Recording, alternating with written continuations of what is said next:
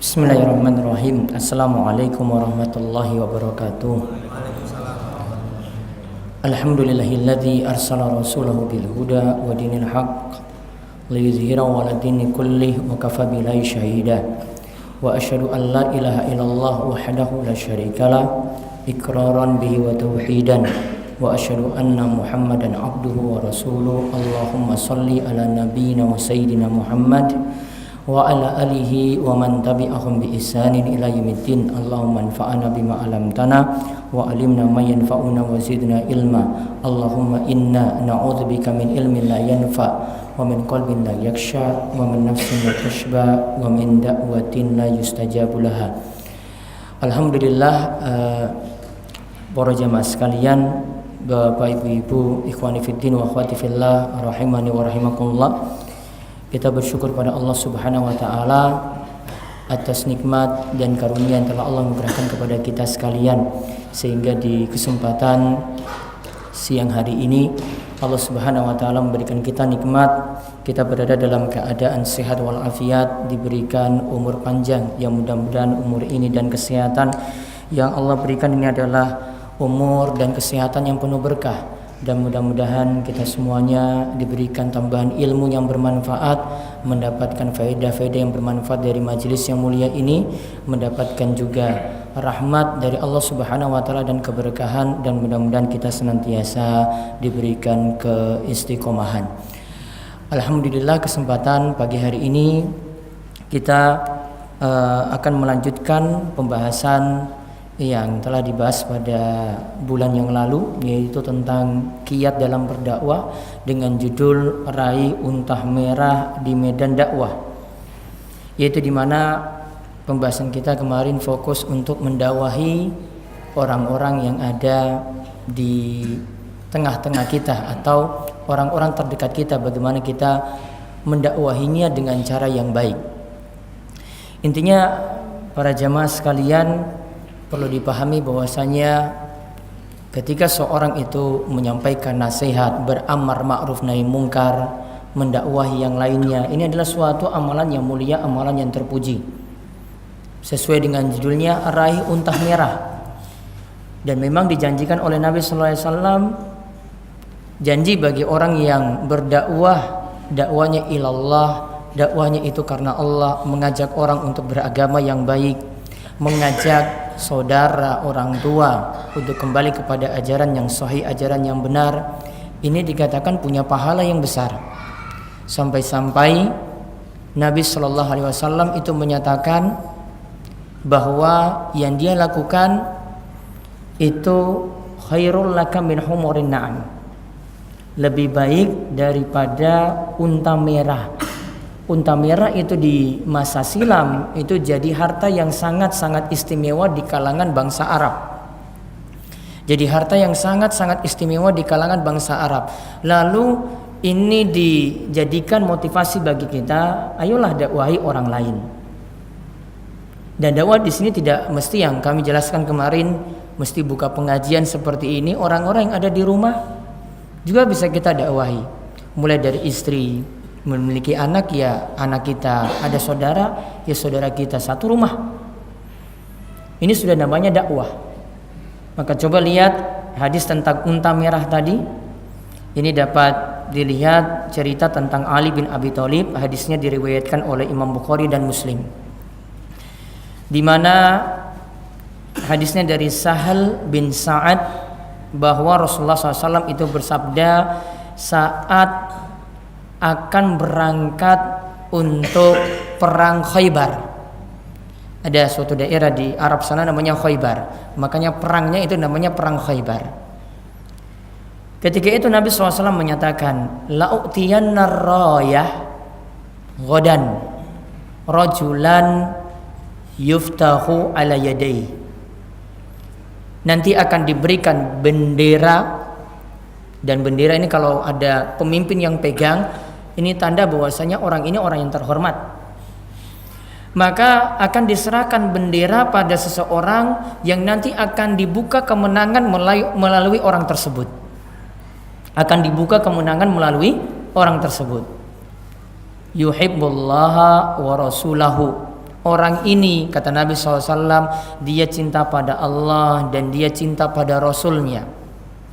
Wa yuhibbuhullahu wa rasuluhu, dan Allah juga mencintainya dan Rasulnya juga mencintainya. Jadi timbal balik, dia cinta Allah dan Rasulnya, lalu sebaliknya Allah dan Rasulnya juga mencintainya.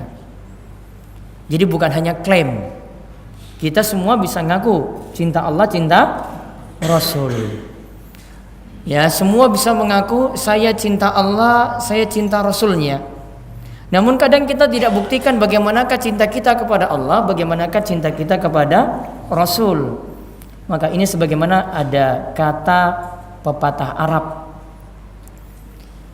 kullun yadda'i waslan bil laila wal laila lam yukirru lahum illa bidzat. Semua itu mengaku punya hubungan spesial, punya hubungan yang istimewa. Artinya kalau zaman anak muda saat ini ya semua ngaku pacarnya itu adalah Laila. Kenapa diistilahkan Laila? Karena Laila dulu diincar-incar. Semua ngaku punya hubungan spesial dengan Laila, namun Laila tidak pernah mengaku punya hubungan spesial dengan siapa-siapa. Kita ngaku semuanya cinta Allah, cinta Rasul, namun belum tentu dapat sebaliknya. Allah dan Rasulnya itu mencintai kita, belum dapat sebaliknya. Namun yang disifati dalam hadis ini, orang ini istimewa sekali. Dia cinta Allah dan Rasulnya, kemudian Allah dan Rasulnya juga mencintainya. Kemudian ketika itu yang terjadi, fabatan nasu lailatahum ayyuhum yu'ta faghadaw kulluhum yarju. Orang-orang ketika itu ngobrol di malam hari. Ya istilah kita begadang lah. Begadang boleh atau tidak? Begadang boleh enggak? Begadang apa dulu? Ya, tergantung. Kalau begadang ngaji sampai jam 12 malam, mungkin kan? Boleh. Sebagaimana Abu Hurairah itu murojaah hadis itu sampai tengah malam dia murojaah. Kalau sekarang begadang ya identiknya ya dengan hal-hal negatif, ya kan? Begadang nanti nunggu Piala Dunia nanti jam sekian. Begadang nanti untuk ngobrol-ngobrol yang enggak manfaat. Namun kalau punya tugas, ada kewajiban yang dia jalankan, ya monggo silakan. Ya, namun di sini kalau yang terjadi di para sahabat, mereka bicarakan tentang hal tadi. Ini siapa yang pantas dapat bendera nanti untuk berangkat pada perang Khaybar? Siapa di antara mereka nanti yang dapat bendera tadi? Dan semua para sahabat itu mengharap mereka lah yang nanti dapat bendera tadi. Semua orang di sini berharap saya dan saya yang dapat bendera. Umar ketika mendengar hadis ini atau ketika peristiwa ini, Umar itu katakan, saya baru sangat semangat sekali kejar kepemimpinan, kejar jabatan pada saat ini saja. Karena dijanjikan apa tadi? Dijanjikan apa tadi? Allah dan Rasulnya mencintainya. Ini tidak bisa didapat dari mana-mana kecuali pada waktu itu saja. Maka Umar katakan, saya baru rakus pada kekuasaan. Bahasa kita seperti itu. Cuma saat ini. Berarti sebelum-sebelumnya bagaimana? Rakus kekuasaan enggak? Enggak. Dia enggak rakus kekuasaan. Bahkan para sahabat itu biasanya menolak. Kalau dia beri ini, saya itu enggak pantas, nolak, nanti pindahkan ke yang lainnya lagi, pindahkan ke yang lainnya lagi. Merasa amanat itu berat. Nah maka ketika itu semua mengharap, namun Rasul itu tanyakan, aina Ali? Di manakah Ali bin Abi Thalib? Ada yang jawab, yashtaki ainai.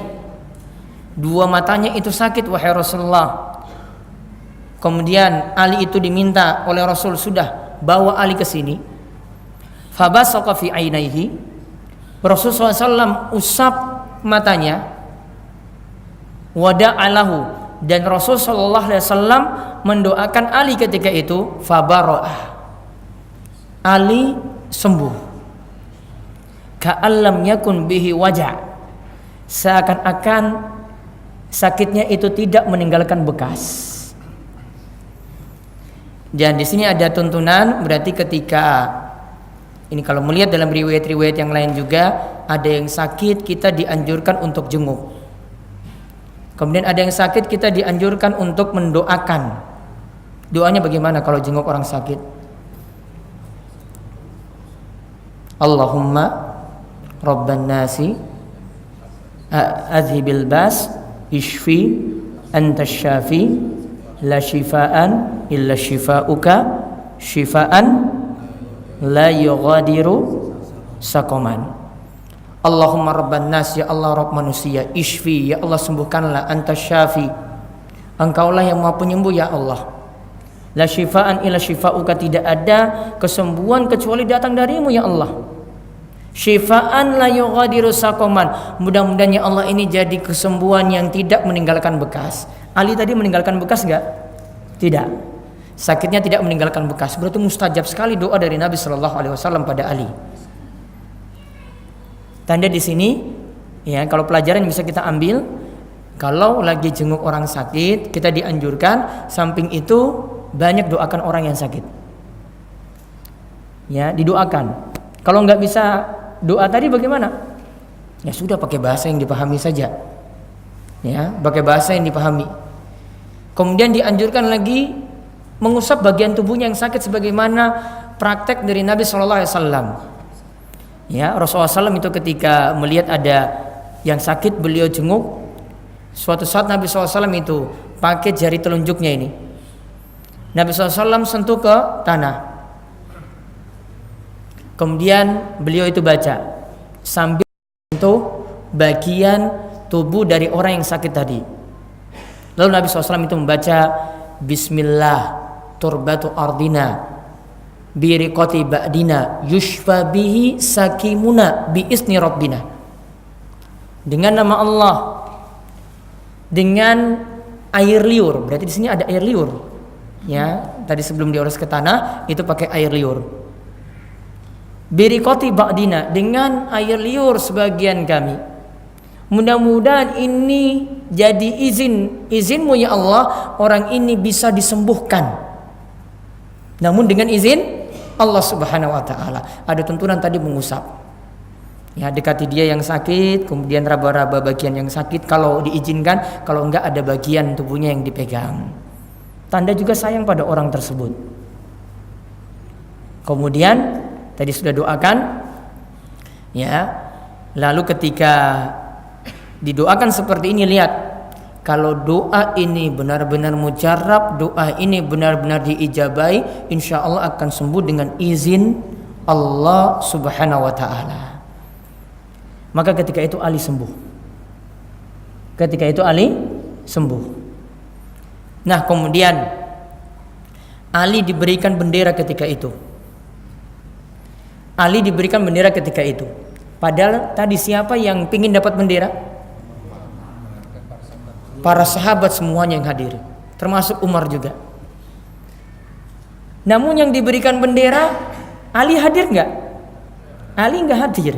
Yang nggak hadir malah yang dapat bendera tadi. Jadi ada yang kejar sesuatu, kejar dunia, nggak dapat. Ada yang nggak kejar-kejar, dapat. Sama ini dalam masalah jodoh juga demikian. Ada yang kejar mati-matian. Ya, anak-anak muda kan seperti itu, pacaran 5 tahun, 10 tahun. Ternyata dia nikah sama yang lain. Sakit hati enggak itu? Sakit sekali. Namun sakitnya ini tidak pahami takdir kan? Tidak pahami takdir. Coba kalau orang pahami sini. Sahabat tadi enggak akan protes. Itu bukan nasibnya, itu bukan takdirnya, ya sudah, itu bukan takdirnya. Ya, itu bukan takdirnya, ya sudah, itu bukan takdirnya. Pelajaran takdir di sini. Jadi kadang ada sesuatu yang kita kejar mati-matian. Allah tidak beri. Namun ada yang tidak kita kejar, Allah juga beri. Allah kasih. Itu ketentuan Allah. Allah yang ngatur semuanya. Rizki juga demikian. Jodoh juga demikian. Allah yang ngatur semuanya seperti itu.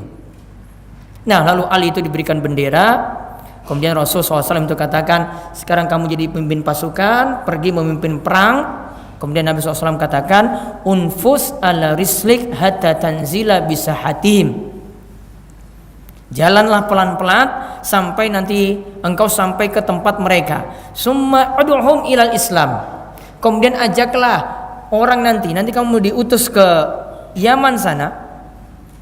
Ke Khaybar sana, dakwahi mereka yang engkau itu perangi, dakwahi mereka itu pada Islam. Wa akhbirhum bima yajibu alaihim, dan kabarkan tentang hal-hal yang wajib pada mereka. Fawallahi la ayyahdiyallahu bika rajulan khairul laka min ayyakuna laka humrun na'am. Kata Nabi SAW, demi Allah. Nabi gunakan ini dalam fatwa. Ini kata Syekh Muhammad bin Abdul Wahab, boleh menggunakan sumpah dalam fatwa, boleh. Demi Allah, jika ada orang yang Allah memberi petunjuk lewat perantaraanmu, ada seorang yang Allah itu beri petunjuk lewat perantaraanmu, maka ingat, itu lebih baik bagimu daripada engkau mendapatkan unta merah. Ini lebih baik bagimu daripada engkau mendapatkan humurin na'am, daripada mendapatkan humur, unta merah yang dulu jadi harta istimewa di masa silam di kalangan bangsa Arab. Namun tentu orang yang dakwahi orang lain, kalau orang lain itu dapat hidayah, keluarga kita, tetangga kita, teman kantor kita, teman satu ruangan kita di kantor dapat hidayah, ini unta merah ini cuma sebagai permisalan saja. Tentu hidayah itu lebih baik daripada unta merah. Unta merah tidak ada bandingannya, cuma ibarat saja dibandingkan dengan harta istimewa. Namun tetap hidayah pada orang lain itu lebih berharga daripada unta merah. Jadi kalimatnya nantinya tetap lebih baik daripada unta merah. Nah, intinya dari hadis tadi sudah satu hal kita dapati, inilah keutamaan dari berdakwah. Ngajak orang, menasihati orang, kemudian orang itu mendapatkan hidayah lewat perantaraan kita. Hidayah dari Allah lewat perantaraan kita sudah dapatkan dalam hadis ini. Juga hadis ini diperintahkan supaya kita berdakwah, dakwahnya itu bukan pada golongan, dakwahnya itu bukan pada kelompok, namun dakwah pada Islam. Bukan kamu harus masuk kelompok saya, bukan kamu harus ikut kiai saya, bukan kamu harus ikut ustadz saya, namun supaya orang itu jadi baik, supaya dia itu bertauhid, supaya dia itu menjauhi kesyirikan, supaya dia menjauhi amalan yang tidak ada tuntunan, supaya dia menjauhi dosa besar dan maksiat. Dakwah yang benar seperti itu. Ya, dakwah yang benar seperti itu tadi, ud'uhum ilal Islam, dakwahi mereka pada Islam. Nabi SAW tidak perintahkan pada Ali, dakwahi mereka supaya patuh padamu, tidak. Namun apa? Dakwahi mereka pada Islam. Jadi kuncinya itu dakwah itu pada Islam, bukan kepada golongan. Ya, maka jangan jadi hizb-hizb, jangan jadi berkelompok-kelompok. Kalau kita ikuti dakwah Nabi SAW, dakwah itu tidak berkelompok. Dakwah itu kepada umat, semuanya itu diajak untuk bertauhid, semua diajak untuk memiliki pemahaman agama yang benar. Itu saja tujuannya. Sehingga kalau ada yang ngaji di sini, ada yang ngaji di tempat lain, ajarannya sama, ya sudah. Yang diajarkannya sama, ya sudah. Jangan sampai cegah orang lain untuk mendapatkan kebaikan.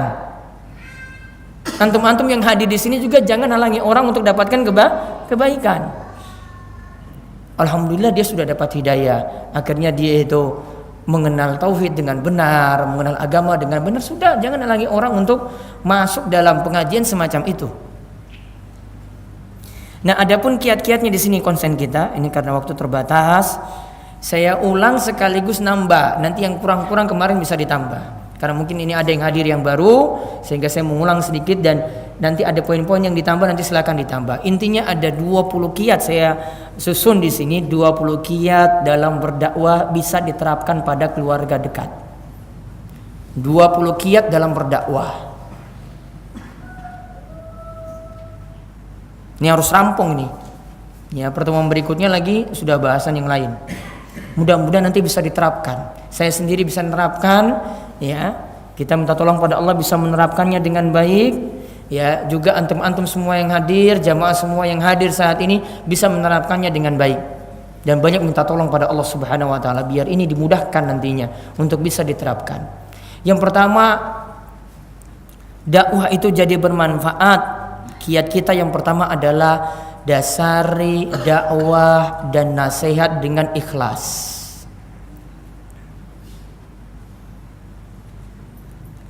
Dakwahi orang dengan ikhlas. Ikhlas itu artinya yang diharap ridho Allah. Bukan yang harap itu dunia, bukan yang diharap itu jabatan, bukan yang diharap itu harta, bukan yang diharap itu dunia. Jadi ikhlas terlebih dahulu. Ini bangun di sini. Kalau kita dasari dengan ikhlas, manfaatnya besar sekali. Yang pertama, kalau dakwah ajakan kita awali dengan keikhlasan, dakwahnya diterima di sisi Allah. Kita tidak pandang manusia di sini, namun asalnya dulu dakwah ini, amalan ini akan diterima di sisi Allah Subhanahu wa taala. Karena memang yang namanya amalan, Allah Subhanahu wa taala perintahkan liyabluwakum ayyukum ahsanu amala. Untuk menguji siapakah di antara kalian yang paling bagus amalnya, seperti yang disebutkan dalam surat Al-Mulk ayat kedua. Siapa di antara kalian yang bagus amalnya? Apa yang dimaksudkan bagus amalnya di sini? Dikatakan oleh Fudail bin Iyad. Disebutkan oleh Ibnu Rajab Al-Hambali, perkataannya disebutkan juga oleh Ibnu Taimiyah dalam Majmu'ah Al-Fatawa. Yang dimaksudkan kata Fudail bin Iyad ayat ini, amalan yang paling bagus itu adalah akhlasuhu wa aswabuhu. Amalan yang paling ikhlas dan amalan yang paling benar.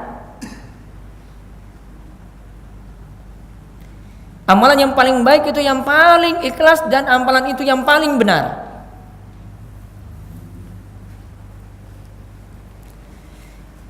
Dua syarat ini harus dipenuhi langsung. Gak boleh salah satu. Saya ikhlas saja namun gak benar, gak boleh. Atau saya benar saja namun gak ikhlas, gak boleh. Kata Fudail bin Iyad, kalau ada yang beramal itu ikhlas namun tidak benar, lam yukbal, tidak diterima. Sebaliknya ada yang benar amalannya namun tidak ikhlas, lam yukbal, tidak diterima. Sampai hatta yakuna khalisan wa sawaban, sampai amalan tersebut itu benar-benar ikhlas dan benar-benar mengikuti tuntunan. Kata Fudail bin Iyad, yang dimaksudkan tadi ikhlas, ya cari ridho Allah.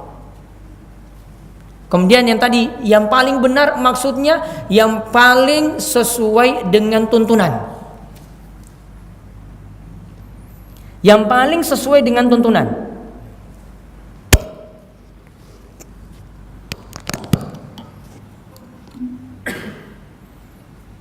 Maka dakwah juga, nasihat pada orang lain harus seperti itu.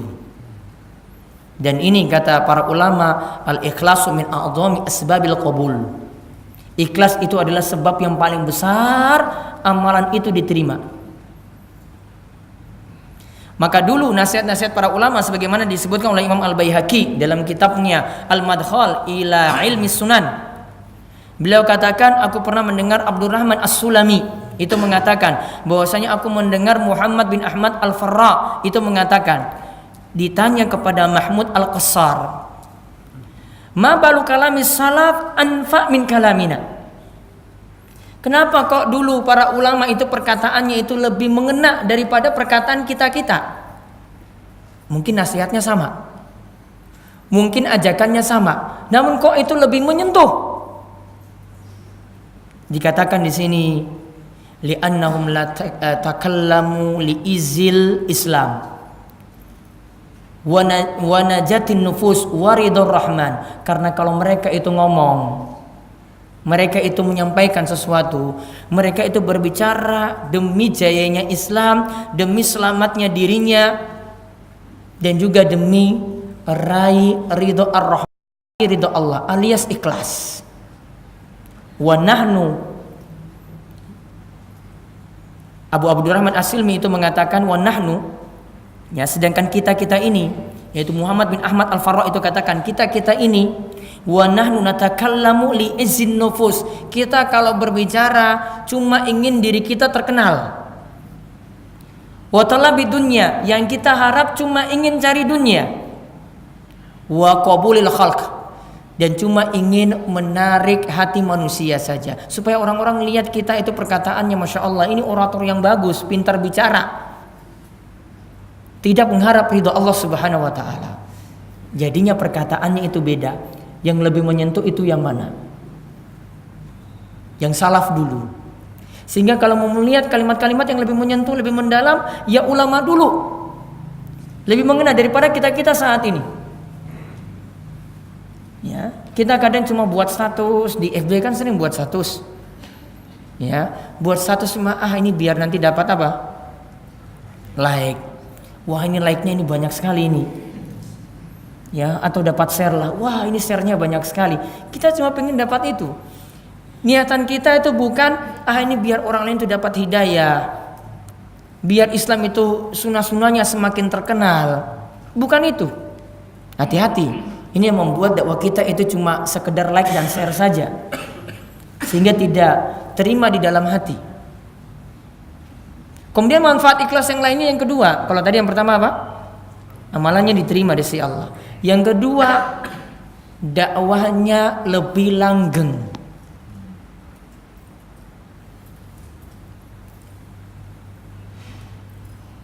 Sebagaimana kata Ibnu Taimiyah, wa ma la yakunu lahu la yanfa' wa la yadum. Amalan yang tidak karena Allah itu tidak mungkin bermanfaat dan tidak mungkin kekal. Juga kata para ulama, makana lillahi yabqa. Sesuatu yang ikhlas karena Allah pasti lebih langgeng, lebih kekal. Dan ini juga hal yang sama dikatakan oleh Imam Malik. Imam Malik itu pernah mengatakan ketika dia ingin menulis kitab Al-Muwatta.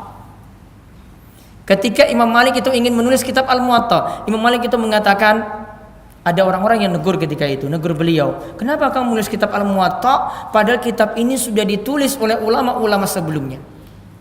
Atau ada yang sudah menulis kitab seperti Al-Muwatta, namun Imam Malik tetap mau nulis. Kemudian Imam Malik itu katakan, makana lillahi yabqa. Nanti lihat saja, sesuatu yang ikhlas karena Allah, ingin cari ridha Allah, maka itu pasti akan kekal. Sesuatu yang dikarenakan ikhlas karena Allah, didasari ikhlas karena Allah, maka itu pasti akan kekal. Maka dasari dakwah, nasihat, penyampaian kita pada orang lain dengan ikhlas terlebih dahulu. Ini akan membuat dakwah itu lebih langgeng, dan juga tadi membuat dakwah tadi itu lebih diterima. Maka coba lihat kitab-kitab para ulama. Ya. Kitab para ulama dulu itu lebih langgeng loh daripada yang sekarang-sekarang. Sekarang paling cuma bestseller saja sudah selesai, habis itu ini punah.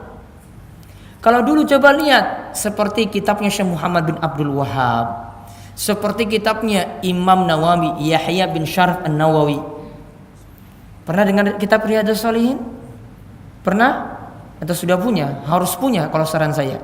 Harus punya. Riyadhus Shalihin itu dipakai sampai saat ini, seolah-olah Imam Nawawi itu masih hidup di zaman ini. Padahal sudah meninggal di waktu yang lampau. Dipakai dimanapun, di masjid-masjid manapun, walaupun berbeda mazhab sekalipun. Imam Nawawi mazhabnya Syafi'i, namun tetap dipakai dimanapun.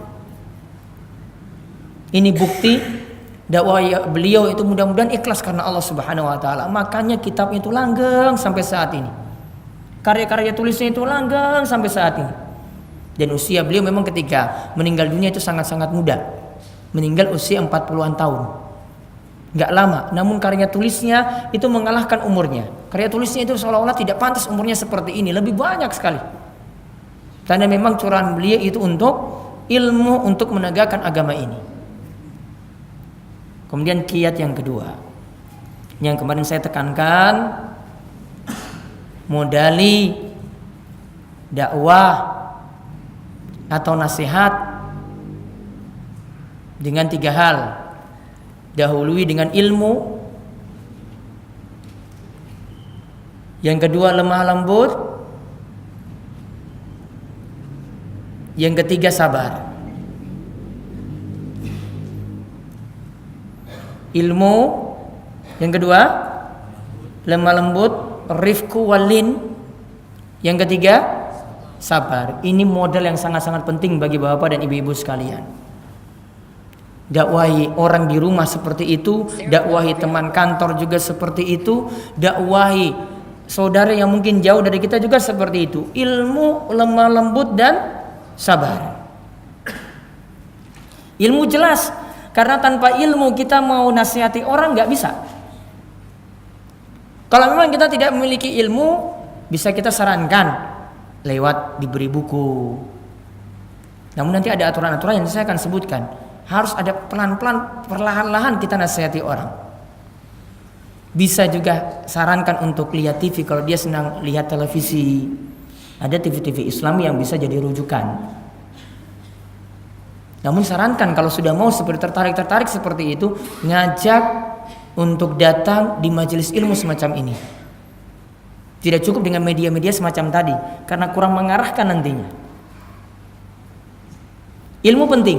Maka sebagaimana kata Mu'adz bin Jabal, al ilmu imamul amal wal amalu tabi'u. Ilmu itu imamnya amalan, artinya di depan. Dan amalan itu yang jadi pengikut. Amalan itu yang ada di belakang. Jadi dakwahi dengan ilmu terlebih dahulu. Kata Ibnu Taimiyah, ilmu itu ada di depan. Kemudian model yang kedua tadi, model yang kedua lemah lembut. Dakwah itu tidak langsung keras. Dakwah itu nggak langsung kasar ngomongnya. Apalagi pada orang terdekat, orang tua kita sendiri butuh kehalusan ketika ngomong. Dan tolong, kalau di sini ada yang muda-muda, hadapi orang tua itu nggak boleh nantang. Nantangnya bagaimana? Ibu atau bapak masih nganut tradisi. Saya nilai ini kurang santun. Masih kenal tradisi apa ya, kalau di sini saya rasa di Jakarta mungkin sudah jarang lagi, kecuali yang masih mau. Kalau kandungan 4 bulanan, 7 bulanan disebut apa? Mitoni. 7 bulan atau 4 bulan Pak Arifin? 7 bulan ya. Ada yang 4 juga, ada yang 7. Kira-kira ini kalau anak ini yang kurang ngerti dakwah, nasihatnya gini kayak pada orang tua. Mah, apa mama itu nggak pernah punya dalil untuk hal ini? Coba saya diberitahu. Ini nantang nggak? Ini nantang nggak? Nantang nggak? Kira-kira kayak gini. Saya jadi orang tua, saya nggak terima. Apa-apa anak-anak yang saya besarin nantang saya untuk tunjukkan dalil. Ini kurang santun loh. Ini rifkunya di sini, rifku walinnya nggak ada. Ini nggak ada di sini. Santun ada, sikap santun. Masalahnya kalau ini sudah mau dilaksanakan, kita sulit untuk negur. Kalau sikap saya, nanti akan saya sebutkan kiat-kiatnya. Ini malah saya tunda penjelasannya, belum waktunya. Masih ada penjelasan yang lain lebih penting. Ini karena ini biasanya timbul konflik. Nanti tunggu kiat-kiat selanjutnya. Cara kedua ini, modal kedua ini penting sekali. Coba lihat kata Nabi SAW, Innar rifqa la yakunu fi syai'in illa zana wa la yunza'u min syai'in illa syana. Kata Nabi SAW dalam hadis riwayat Muslim, sesungguhnya yang namanya lemah lembut ada pada sesuatu itu pasti membuat indah. Namun kalau lemah lembut tadi itu dicabut dari sesuatu, pasti akan membuat rusak saja. Saya kasih contoh. Saya pernah dalam majelis kajian ini, saya ada di samping seorang yang, mohon maaf ini agak sepuh, dia mungkin sudah lama ngaji, namun kurang lemah lembut dalam masalah ini. Ada dalam masalah penampilan, ada orang di sebelahnya ketika itu yang penampilannya kurang pas. Saya nggak sebut penampilannya di sini. Dia tegur saya, Ustaz, pas ngomong di depan dia, ngomong di depan orang yang bermasalah ini, Ustaz, dia itu belum nyunah itu Ustaz. Saya cuma mau nepok jidat, ya Allah, saya mau ngomong apa lagi ini wong awam, ini orang awam di samping saya ini. Saya nggak bisa berkata apa-apa loh. Kalau saya depannya saya malu malahan. Ini kok jamaah kayak begini. Habis sholat 5 waktu, sholat zuhur ketika itu, negur saya lagi. Ustadz, imamnya juga itu pakaiannya bermasalah. Saya nepok jidat lagi 2 kali. Ya Allah, ini bagaimana lagi ini, Allah. Bapak ini saya mau negur dia juga nggak bisa. Saya lapor ke panitia.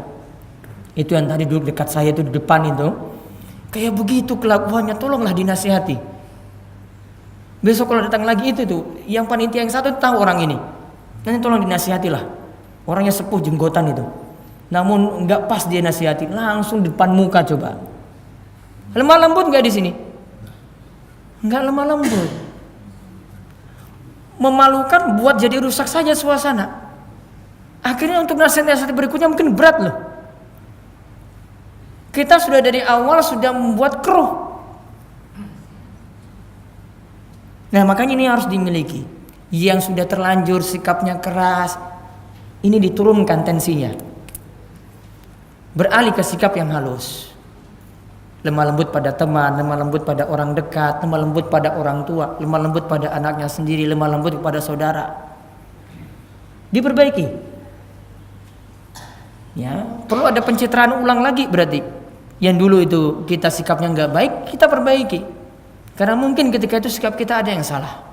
Dan selanjutnya itu akan membuat dakwah itu akan sulit diterima. Kemudian yang ketiga, sabar. Sabar itu butuh sekali kita miliki, dan sabar ini nanti letaknya di akhir setelah kita menyampaikan dakwah. Karena perintah pada para rasul yang berdakwah pun Allah itu ingatkan mereka untuk bersabar. Allah itu ingatkan mereka untuk bersabar. Fasbir kama sabaru ulul azmi minar rusul. Bersabarlah kalian sebagaimana sabarnya ulul azmi. Ada Nabi Nuh, di situ Nabi Musa, di situ Nabi Ibrahim, Nabi Isa, Nabi Muhammad sallallahu alaihi wasallam. Mereka diperintahkan juga untuk bersabar. Maka kalian juga bersabar sebagaimana mereka. Butuh sabar. Karena kadang dakwah kita tidak diterima. Atau kadang butuh waktu untuk diterima. Kadang mungkin ada penentangan. Satu contoh. Ada kisah dari Sa'ad bin Abi Waqqas.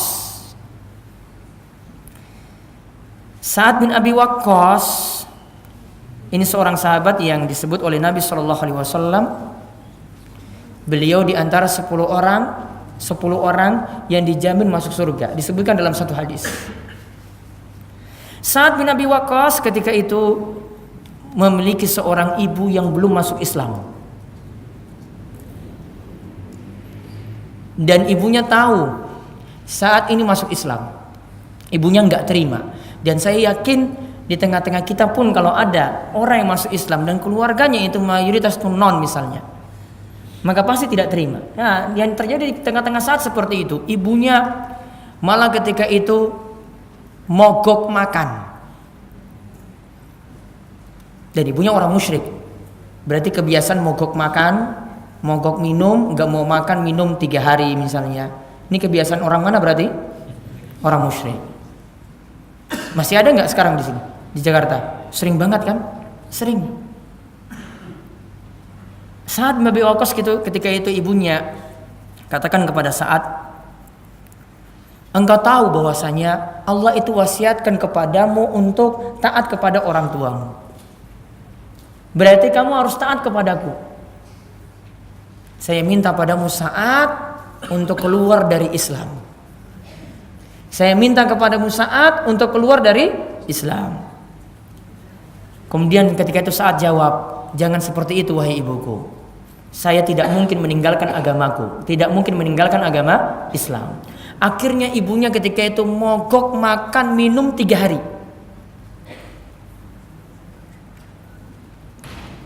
Mogok makan minum 3 hari. Maka Sa'ad katakan pada ibunya,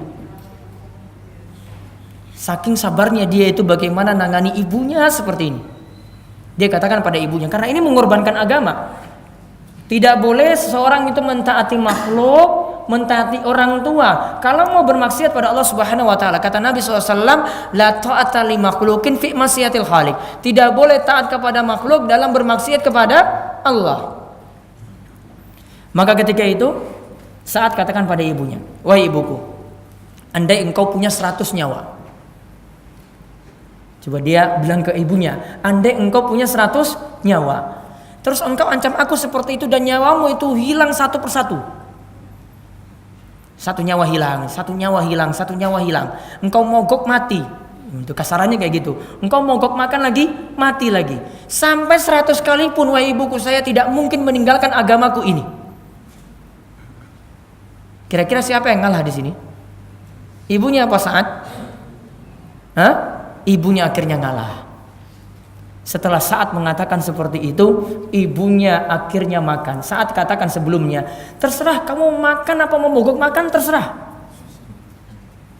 Kamu makan atau mogok makan, terserah. Ya karena lihat anaknya kokoh terus dengan agamanya, Sa'ad tidak mau melepaskan Islam. Maka turunlah ayat tentang Sa'ad. Itu kalau mau lihat di kitab tafsir, nanti lihat surat Luqman ayat 15. Surat Luqman ayat 15 itu menceritakan tentang Sa'ad ini. Wa in jahadaka ala an tusyrika bima laysa laka bi ilm fala tuti'huma. Dan jika keduanya memaksamu untuk mempersekutukan dengan aku sesuatu yang tidak ada pengetahuanmu tentang itu, maka janganlah kamu mengikuti keduanya. Jangan mengikuti kedua orang tua. Namun ingat, wasahibuhuma fid dunya ma'rufa. Namun tetap pergauli orang tuamu dengan cara yang baik. Namun tetap pergauli orang tuamu dengan cara yang baik. Maka kalau orang tua paksa tadi untuk berbuat syirik, untuk keluar dari Islam, tidak boleh taat. Namun tetap ada perlakuan baik pada orang tua. Taat pada orang tua selama dalam perkara yang mubah, perkara yang boleh, tetap taat pada orang tua. Tidak boleh membangkang pada orang tua. Namun kaitannya dengan agama tidak boleh taat. Sabar di sini yang ditunjukkan oleh Sa'ad bin Abi Waqqas. Dakwahnya tidak diterima, tidak sampai dia mengorbankan agamanya sendiri. Namun tetap sabar, terus nasihati orang tuanya. Kemudian yang ketiga, tentang materi dakwah mana yang harus didahulukan, yaitu kita dakwahi tauhid. Dakwahi tauhid terlebih dahulu. Setelah itu baru kewajiban-kewajiban yang lainnya lagi. Namun di sini juga butuh strategi nanti, ada strategi-strategi berikutnya. Kadang kalau orang tua, saudara, ya, atau mungkin anak sendiri akhirnya menganut tradisi-tradisi yang ini bertentangan dengan ajaran Islam, butuh ada kiat-kiat. Ini yang dijadikan prioritas dulu. Ini bagaimana biar orang tua saya selamat dari syirik. Ini bagaimana orang tua saya biar selamat dari kepercayaan-kepercayaan seperti ini. Pernah Mu'az itu ingin diutus ke Yaman. Ketika itu Nabi SAW sampaikan kepada Mu'az, engkau nanti akan mendatangi ahli kitab. Maka Nabi SAW katakan kepada Mu'az, faliyakun awwala ma tad'uhum ilai ayyuwahidullah ta'ala. Jadikanlah prioritas dakwamu yang pertama kali ngajak mereka orang-orang Yaman untuk mentauhidkan Allah Subhanahu wa taala. Dakwai mereka untuk mentauhidkan Allah. Maka dakwah pada tauhid itu yang jadikan prioritas. Bahkan di sini kalau yang terjadi di masa sahabat dahulu, sebelum mengajarkan Al-Quran, anak-anak mereka itu diajarkan punya keyakinan dan punya iman yang benar, alias punya tauhid yang benar terlebih dahulu. Paham bahwasanya Allah itu yang diesakan, paham bahwasanya kita tidak boleh menduakan Allah, artinya tidak boleh berbuat syirik. Dan perinciannya ini bisa dikaji dalam kitab tauhid. Dan antum sekalian yang hadir di sini harus punya prioritas dibanding dengan kajian-kajian yang lainnya. Saran saya, kurangi yang tematik-tematik. Saya sebenarnya juga malas bahas tematik di sini. Saya tuh senangnya tuh bahas kitab. Biar ilmunya tuh lebih nancap dan lebih sistematis, fokus itu kaji kitab. Saran saya wajib bagi yang ada di sini semuanya ngaji kitab tauhid karya Syekh Muhammad bin Abdul Wahab. Ini benar-benar menanamkan tauhid kepada kita dan akan membedah syirik itu sampai ke akar-akarnya. Tolong ini nanti jadikan prioritas. Kalau ada pengajian ustadz-ustadz Jakarta yang ngajarkan kitab tauhid, itu wajib untuk dihadiri. Lebih fokus belajar itu, masya Allah, itu akan mengakar pada diri kita. Oh, saya jadinya paham tauhid seperti ini. Dan enak kalau kita sudah menguasai seperti ini, dakwahkan pada keluarga kita yang masih kuat tradisinya, yang belum paham agama, ini akan lebih enak. Tadi apa kitabnya? Kitab Tauhid karya Syekh Muhammad bin Abdul Wahab. Kalau belum mengaji seperti itu, miliki kitabnya terlebih dahulu. Ada banyak kitab terjemahannya. Ya. Dan sebenarnya saya punya kajian ini dalam bentuk audio. Saya selesaikan kitab tersebut dalam 50 kali pertemuan. 50 kali pertemuan atau lebih. Pokoknya sekitar itu saya hitung pertemuannya. Dari awal sampai bab terakhir. Bisa lihat di kajian.net kalau tidak salah, dimuat di situ. Itu bisa kaji secara bertahap. Kajian.net. Kalau bentuk video belum, insya Allah nanti saya buat dalam bentuk video. Kemudian yang keempat, ini juga yang harus dimiliki, model yang dimiliki lagi, kiat yang harus dimiliki, dakwah dengan akhlak yang santun. Dakwah dengan akhlak yang santun. Karena akhlak ini yang jadi penilaian orang biasanya. Mereka tidak lihat dari sholat kita itu bagaimana. Mereka tidak lihat dari puasa kita itu bagaimana, tidak. Namun akhlak ini. Dan Nabi SAW itu dakwahnya mudah diterima oleh orang banyak ketika itu. Di masa beliau itu awalnya dari akhlak yang mulia terlebih dahulu. Makanya Nabi SAW itu katakan, akmal mu'minina imanan ahsanuhum khuluqa. Orang yang paling sempurna imannya itu adalah yang paling mulia akhlaknya. Saya letakkan ini setelah kita itu kaji akidah tadi, karena kadang orang yang punya akidah yang benar akhlaknya nggak benar. Ada orang yang ngaji tauhid, akhlaknya nggak benar. Saya contohkan ada perkataan dari Syekhul Islam Ibnu Taimiyah dalam kitabnya Al-Aqidah Al-Wasithiyah. Beliau itu ketika di bab terakhir awal itu sebut tentang masalah akidah, tentang masalah iman, tentang beriman pada Allah, tentang sampai beriman pada hari akhir dan beriman pada takdir. Di akhir beliau tutup dengan kalimat-kalimat yang menunjukkan kita itu mesti punya akhlak. Saya sebutkan kalimatnya. Ini prinsip Ahlussunnah wal Jamaah, kata beliau, wa yad'una ila makarimil akhlak. Ahlussunnah wal Jamaah itu mengajak kepada akhlak yang santun. Wa mahasinil a'mal, juga mengajak agar memiliki amalan yang bagus. Wa ya'taqiduna makna qauli sallallahu alaihi wasallam, dan supaya mereka yakin akan sabda Nabi SAW, akmalul mu'minina imanan ahsanum khuluqa. Orang mukmin yang sempurna imannya itu kalau memiliki akhlak yang santun, memiliki akhlak yang baik. Apa akhlak yang baik? Beliau sebutkan, wayan dubuna ila antasila man qata'aka. Yaitu Ahlussunnah itu ngajak supaya menyambung lagi hubungan silaturahim dengan orang yang pernah memutus hubungan dengan kita. Dan hubungan silaturahim yang dimaksudkan hubungan dengan kerabat. Ada yang putus hubungan kekerabatan cuma gara-gara masalah waris. Ya, ini masalah waris, ini masalah yang membuat hubungan keluarga itu putus. Apalagi kalau ada 5 saudara, 2 itu ngaji, 3 nggak ngaji, jadi konflik yang besar. Nggak mau manut pada hukum Islam.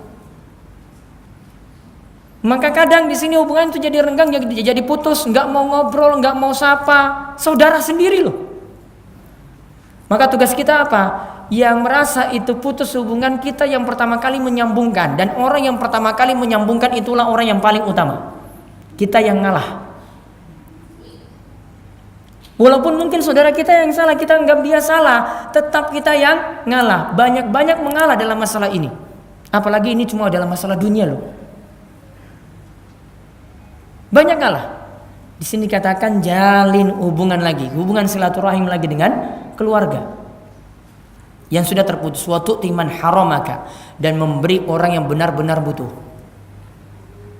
Wa ta'fu amman zalamaka. Akhlak yang berikutnya lagi, mudah memaafkan orang yang menzolimimu. Ada orang yang nyakiti kita, ada orang yang fitnah kita, ada yang nuduh macam-macam, ada yang mungkin merampas harta kita. Kita mudah memaafkan. Ini kata Syekhul Islam, ini diajarkan dalam akidah Ahlussunnah wal Jamaah. Mudah memaafkan orang lain. Kalau sekedar nahan amarah, al-kadziminal ghaidha, cuma nahan amarah itu mudah. Namun kalau memaafkan itu berat. Memaafkan itu sangat-sangat berat, tingkat tinggi. Kalau nahan marah, Paling nanti kalau timbul lagi, marahnya lagi, bisa marah, bisa lampiaskan. Namun kalau orang sudah maafkan, itu benar-benar maafkan. Gak mungkin lagi dia ungkit-ungkit yang ada kesalahan yang dulu, gak mungkin. Kemudian wa ya'muruna bi birril walidain. Ahlussunnah juga mereka mengajarkan untuk berbakti pada orang tua. Diajar di sini dalam akidah Ahlussunnah wal Jamaah. Bagian dari akhlak. Wasilatil arham, jalin hubungan silaturahim. Kemudian lagi wa husnil jiwar, menjalin hubungan yang baik dengan tetangga. Walaupun tetangga mungkin gak pernah nyapa kita, gak pernah buat baik dengan kita tetap jalin hubungan baik dengan mereka. Wal isani ilal yatama wal masakin wa ibnis sabil, juga berbuat baik kepada anak yatim, kepada orang miskin, kepada ibnus sabil.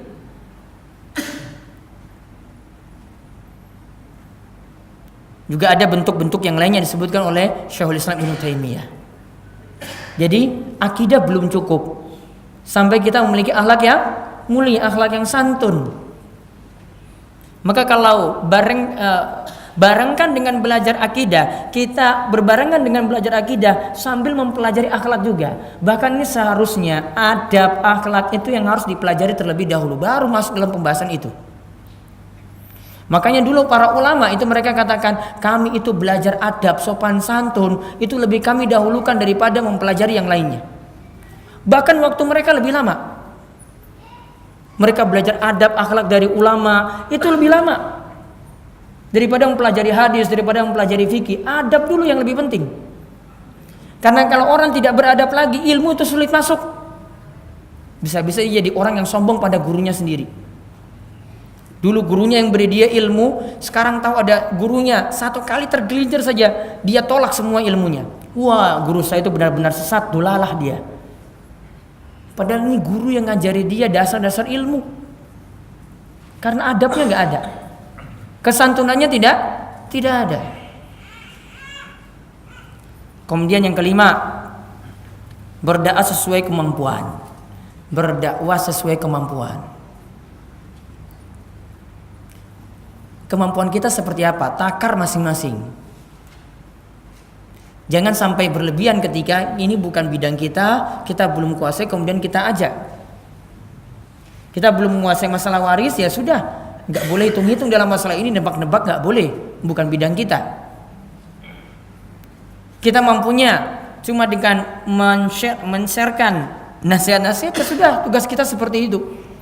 Namun selektif, lebih selektif lagi ketika menyampaikan nasihat pada orang lain yang kita dapat dari dunia maya misalnya. Dan ingat kata Nabi SAW, kenapa harus sesuai dengan kemampuan? Karena kata Nabi SAW, balighu anni walau ayah. Sampaikan dariku walaupun cuma satu ayat. Satu ayat artinya ini yang kita mampu. Nah itulah yang kita sampaikan.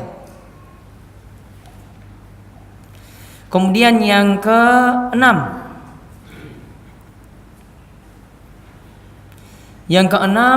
dakwah itu butuh bertahap. Dakwah itu butuh bertahap. Jadi nggak bisa kita langsung. Ada tahapan-tahapannya. Kemudian yang ke-7, barangkan lagi, dakwah itu butuh strategi. Berarti ada skala prioritas. Jadi tahapannya ada. Mana yang mesti kita dahulukan? Lihat strateginya gimana. Saya harus dahulukan yang mana dulu? Uang di sini saudara saya sholatnya saja belum beres. Masa saya suruh dia berpenampilan seperti ini? Sholatnya dulu saya ajak. Ya, sholatnya dulu saya ajak. Bukan jenggotnya yang diajak dulu, sholatnya dulu diperbaiki. Punya jenggot nggak sholat ya sama saja. Iya kan? Iya, ada skala prioritas. Dia sekarang lagi penampilannya, dia biasa misalnya, jenggotnya tadi dia nggak pelihara. Namun dia jadi orang yang sering sholat subuh saja enggak. Mana yang kalau kita mau prioritas ini mana? Sholat subuh dulu, tahapannya ada. Mana yang lebih wajib? Kemudian dakwah nanti yang lainnya itu pelan-pelan. Biasanya kalau sholat itu sudah baik, maka yang lainnya juga nanti akan kebaik. Karena Allah katakan inna sholata tanha 'anil fahsya'i wal munkar. Salat itu akan mencegah dari perbuatan keji dan mungkar. Wong Nabi SAW saja pernah diadukan ada orang itu yang malam itu rajin salat malam, masya Allah salat malamnya. Namun pagi hari nyolong sendal. Kita bilang astagfirullah, ini salat malamnya nggak manfaat. Namun coba lihat kata Nabi SAW. Beliau bawakan ayat ini surat Al-Ankabut ayat 45. Inna sholata tanha 'anil fahsya'i wal mungkar. Sungguh solat itu mencegah dari perbuatan keji dan mungkar. Apa maksud Nabi? Tadi solat malamnya kan dia lakukan rutin. Sudah biarkan dia saja solat malam. Nanti pelan-pelan perbuatan jeleknya nanti insya Allah akan berubah dengan izin Allah. Dari solat dulu berarti. Solat dulu baru ini pelan-pelan yang lainnya itu akan ikut berubah. Maka lihat di sini kita pantas nasihati apa dulu? Kita lihat saudara satu rumah, wah sholatnya saya nggak beres, ya bereskan itu dulu. Ninggalkan sholat itu dosa besar yang paling besar itu dibandingkan dosa besar yang lain. Ulama cuma khilaf saja apakah ini kafir atau tidak. Namun semuanya sepakat ini adalah dosa besar dan lebih besar daripada dosa zina, selingkuh, mencuri, korupsi, bunuh orang, lebih besar daripada itu. Sehingga ini yang mesti dijadikan prioritas. Kemudian yang ke-8 ya. Yang ke-8.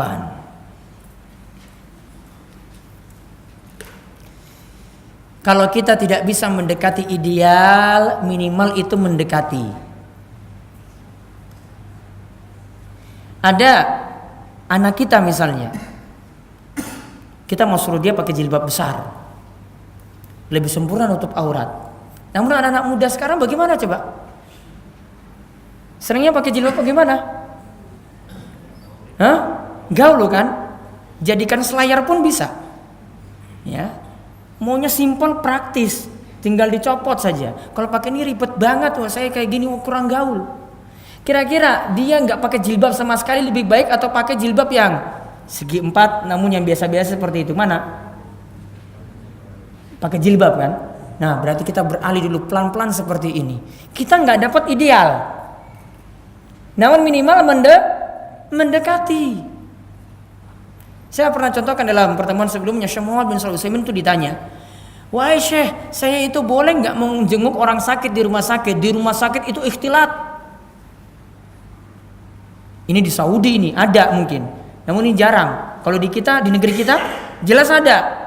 Saya baiknya jenguk orang sakit itu ada di rumah sakit ataukah tidak, wahai Syekh? Beliau jawab, emangnya kalau kamu ke pasar itu nggak ikhtilat, nggak campur baur? Ya campur baur juga. Ya sudah kamu jenguk dia. Artinya kalau nggak dapat yang sempurna, ideal, sempurna 100%, minimal mendekati. Sunnah ini masih tetap dijalankan, nggak tinggalkan semua. Masih ada yang kita capai.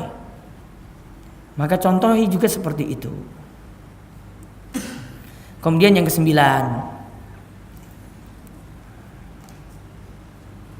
dakwah itu sejak saat ini,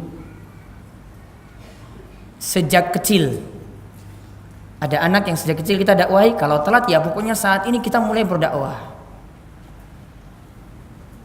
Untuk anak misalnya Nabi SAW itu perintahkan untuk anak itu sholat usia berapa tahun? Baru perintah 7 tahun. Untuk dipukul kalau enggan sholat 10 tahun. Ya kan? 10 tahun. Maka lihat di sini pendidikan pada anak itu sudah ada. Maka jangan ditunda, nantilah ketika dia SMP SMA baru saya ngajak sholat dengan benar. Enggak. Dari kecil itu diajak. Kalau bapak-bapak misalnya anaknya laki-laki, ya ngajak ke masjid untuk sholat. Dengan catatan, kalau ngajak ke masjid selama anak itu tidak membuat kegaduhan. Dan enggak ngumpul juga dengan anak-anak kecil yang semisal dengan dia. Coba kalau ngumpul bareng-bareng bocah-bocah, ngumpul satu shop bareng, apa yang terjadi? Musibah di masjid. Nanti satu miring ke kanan, yang ini juga ikut miring ke kanan, miring kiri lagi, jatuh, prrrr, semuanya berturut-turut. Terus bagaimana kalau ngajak anak-anak seperti tadi? Yang jelas kalau bisa diatur, orang tua nanti berada di tengah-tengah anak-anak tadi. Anak-anak itu diselipin. Jadi kata para ulama gak diselipin itu. Maka ini cara didik anak seperti itu. Terus saya tadi katakan di sini dakwanya sejak saat ini, artinya jangan ditunda-tunda. Namun tentu nanti ada tahapan-tahapannya. Apa yang sudah kita dapatkan, kita nilai ini pas untuk kita sampaikan, kita sampaikan. Kalau kita mau tunda-tunda, nanti besok saja baru saya dakwahi orang tua. Besok kalau ada masalah, kita tidak sampaikan dakwah dari sekarang. Orang tua akan sulit nerima ketika kita nyampaikan saat waktunya. Contoh misalnya anak-anak muda itu ingin ketika menikah, ingin sesuai acara nikahnya sesuai dengan yang syar'i. Tidak campur baur tadi, apalagi tidak ada musiknya. Orang tuanya baru diberitahu H-1. Dari dulu ketika dia kuliah, dia nggak pernah ngomong ke orang tua. Ada hal-hal penting dulu dia dakwahi. Orang tua asik dengar nasihatnya. Kan enak kalau ketika mau beritahu nih, mak saya mau nikah. Kemarin-kemarin kan saya kasih nasihat yang bagus. Nggak, saya pingin yang satu ini diikutilah. Yang perempuan insya Allah juga manut dengan hal ini. Mau mengikuti hal inilah. Maka kan enak sekali. Namun coba kalau H-1 ketika itu diberitahu, mah ini nggak boleh. Nggak boleh apa tadi? Ikhtilat. Laki-laki perempuan dipisah. Nggak boleh apa lagi? Nggak boleh musik. Apa yang terjadi kalau H-1 baru diberitahu? Apa yang terjadi? Mendingan kamu nggak usah nikah saja. Selesai, habis semuanya. Ada tahapan. Namun harusnya dari sejak dini ketika kita sudah punya ilmu, ada yang bisa kita sampaikan, nasihat-nasihat bagus yang bisa kita sampaikan pada orang tua, disampaikan. Jangan nanti besok, ya jangan. Walaupun memang nanti ada materi-materi yang pas baru kita sampaikan, namun tetap ada dakwah dari saat ini. Kemudian yang ke-10,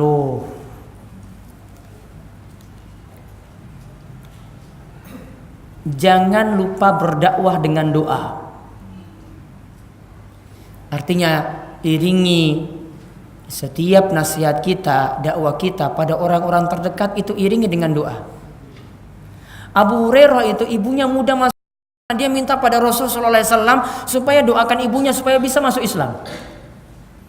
Akhirnya suatu hari Abu Hurairah pulang dan dia katakan bahwasanya ibunya katakan pada Abu Hurairah, saya saat ini masuk Islam. Sebelumnya Rasulullah yang doakan. Dia minta doa pada orang soleh, yaitu Rasulullah SAW. Dan kadang kita butuh doa-doa juga. Doakan anak kita. Kalau kita dengan orang tua, doakan orang tua kita. Kalau dengan orang lain, doa secara umum pada orang lain. Atau kalau tidak pahami dengan bahasa Arab, dengan bahasa yang dipahami. Pada anak misalnya, supaya anak yang usia remaja ini rajin sholat. Rabbi ja'alni muqimas sholati wa min zurriyati Rabbana wa taqabbal du'a. Kalau pada orang tua, Rabbirhamhuma kama rabbayani shaghira. Baca doa-doa semacam itu. Atau pada orang tua lagi dan orang mukmin secara umum, Rabbighfirli wali walidayya walil mu'minina yauma yaqumul hisab. Doakan orang tua. Kita kadang juga doanya kurang mantap kepada orang-orang yang terdekat dengan kita. Makin serius lagi dalam berdoa. Dan ini tentu ada kiat-kiat nanti bagaimana doanya itu bisa terkabul. Ada adab-adab yang mesti dipenuhi. Kita jauhi yang haram, berdoa dengan memenuhi adab-adabnya, bersujud terlebih dahulu, berdoa menghadap kiblat, berdoa dengan mengangkat tangan, berdoa dengan perantara, memuji Allah dulu, baru sholawat pada Nabi SAW, menyebut Asmaul Husna, atau memakai doa dari Nabi Yunus, la ilaha illa anta subhanaka inni kuntu minadh dhalimin. Atau pakai perantara juga Ismullahil A'zam, Allahumma inni as'aluka bi anni asyhadu annaka antallahu la ilaha illa anta al-ahad as-samad alladzi lam yalid wa lam yulad wa lam yakul lahu kufuwan ahad.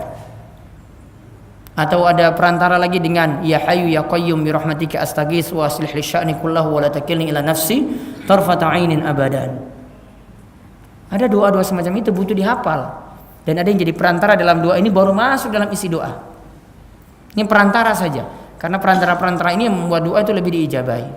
Kuasai adab-adab dalam berdoa semacam tadi. Dan lebih bagus pakai doa itu yang bersumber dari Al-Quran dan Sunnah Nabi SAW. Kemudian yang ke-11, nasihat itu lebih baik itu adalah 4 mata. Diam-diam. Kalau dengan orang tua, ya diam-diam juga nasihatnya pada orang tua. Nggak perlu saudara-saudara itu tahu. Pada teman dekat juga demikian, nasihatnya dia itu diam-diam. Kadang kalau kita dari hati ke hati 4 mata itu lebih diterima daripada ini dibeberkan di depan umum, dibuka di depan umum. Namun memang ada nasihat-nasihat, ya, nasihat-nasihat ini yang langsung. Namun ada nasihat ini yang baiknya itu memang tanpa kita ta'yin orang, tanpa kita sebut nama orang. Dan ini rata-rata nasihat Nabi SAW seperti itu. Nabi SAW itu jarang nasihati orang itu langsung sebut nama, enggak. Ya, kalau kita tuh senangnya itu sebut nama, apalagi kalau ada ustadz yang punya salah, yang ini punya salah, wah sebut nama itu gampang sekali. Wah ustadz fulan namanya disebut, ini bilang gini kayak gini, ini ngadu domba ustadz namanya. Nggak pernah akan akur. Ya, dan saya nggak senang kalau di majelis itu dibawa-bawa seperti itu. Capek ngurus orang, mending ngurus diri sendiri daripada bawa masalah orang lain juga dalam majelis ini. Kita ingin perbaiki diri dulu. Kalau dia punya masalah mungkin ada uzur-uzur yang kita bisa tolerir untuk dia. Ini mungkin karena ini. Beri berbagai macam uzur. Apalagi itu orang berilmu. Apalagi itu kalau seorang ustadz. Beri berbagai macam uzur untuk orang yang berilmu, untuk orang soleh. Beda dengan ahli maksiat. Kalau ahli maksiat mau nyolong nggak mungkin kita kasih uzur. Wah ini kayaknya sudah ada gerak-gerik mau nyolong. Kasih uzur nggak? Ya nggak kasih uzur. Ya sudah monggo silakan masuk. Wong ini mau nyolong kok. Sudah ngancam, gak mungkin kita husnuzon. Namun kalau orang soleh, seorang yang berilmu, ada sesuatu yang mesti kita kasih uzur. 1000 uzur kita bisa berikan kepada orang yang berilmu. Jadi nasihat itu paling bagus diberikan dengan 4 mata. Dan rata-rata nasihat dari Nabi SAW seperti itu. Kemudian yang keberapa ini? Yang ke-12. Mulai dari diri sendiri barulah mendakwahi orang lain. Jadi kita amalkan sendiri dulu. Kita baik dari diri kita sendiri dulu, baru kita bisa memperbaiki orang lain. Jangan kita tuntut orang lain itu jadi baik sedangkan kita nggak mau berubah. Kita tuntut orang lain untuk tinggalkan maksiat, kita tidak mau mulai dari diri kita sendiri. Allah katakan dalam surat Al-Baqarah ayat 44, "Atamuruna an-nasa bil birri wa tansawna anfusakum wa antum tatlunal kitab, afala ta'qilun." Engkau ngajak orang lain untuk berbuat baik dan engkau lupakan diri kalian itu sendiri. Padahal engkau itu membaca Alkitab. Ini adalah nasihat pada orang Yahudi. Afala ta'qilun, kamu tuh enggak berpikir dalam hal ini. Sudah tahu kebenaran, sudah baca kitab, namun tidak mau memperbaiki dari diri sendiri. Karena orang Yahudi punya ilmu, namun tidak mau mengamalkan ilmunya. Makanya disebut, ya, ghairil maghdub, disebut al-maghdub di dalam surat Al-Fatihah. Orang-orang yang dimurkai, punya ilmu, tidak mau mengamalkan ilmu. Kalau orang Nasrani disebut walad dhalin, ad-dhalin, orang yang sesat, karena mau beramal saja tanpa ilmu. Kita sifatnya pertengahan. Kalau mau mengamalkan sesuatu dengan ilmu terlebih dahulu. Beramal ada, namun harus didasari dengan ilmu. Jadi mulai dari diri sendiri dulu diperbaiki. Dan ini akan membuat kita sadar aib kita itu banyak. Sebagaimana kata Abu Hurairah, beliau itu mengatakan, orang-orang itu kalau melihat kejelekan pada orang lain itu, ya, dia anggap itu besar, padahal dia tidak melihat kayu besar yang ada di depan matanya. Peribahasa kita apa berarti? Apa peribahasa kita? Gajah di pelupuk mata nggak terlihat, terus semut atau kuman yang di seberang lautan itu terlihat. Itu sama dengan kalimat yang disebutkan oleh Abu Hurairah tadi. Nggak sadar untuk aib-aib sendiri. Ngurus orang lain terus. Kurangi ngurus aib orang lain, perbaiki diri dulu. Terus yang ke-13.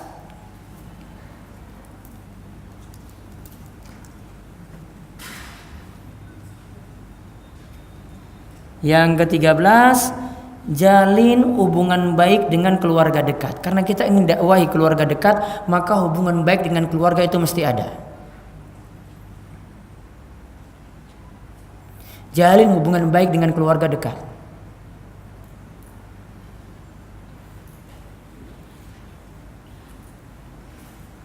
Karena tadi jalin hubungan silaturahim itu penting. Namun ini menjalin bukan hanya sekedar menjalin, kita kunjungi, kita datangi. Ini sebenarnya kalau mau diperhatikan membangun dakwah dari situ lebih mudah. Apalagi kalau sampai kita membantu saudara-saudara kita atau orang tua kita sendiri yang susah. Apalagi kalau anak ini sukses dan sering bantu orang tuanya, bantu saudara-saudaranya. Dia jalin hubungan sambil dakwahin, kamu itu sholatnya belum beres, ini amalan-amalan ini nggak ada tuntunannya, mau ngomong tuh enak. Karena awali dengan hubungan yang baik dulu. Kalau dengan saudara sendiri tingkah lakunya nggak baik, dengan orang tua sendiri tingkah lakunya nggak baik, jangan harap dakwah itu bisa diterima. Jangan harap dakwah itu bisa diterima. Kemudian yang ke-14. Nah, ini saya jelaskan panjang lebar dan saya sudah gabungkan beberapa poin. Walaupun nanti totalnya nggak sampai 20 poin tadi seperti kata saya sudah gabungkan dalam hal ini. Ini yang penting, berdakwah dengan hikmah. Berdakwah dengan hikmah.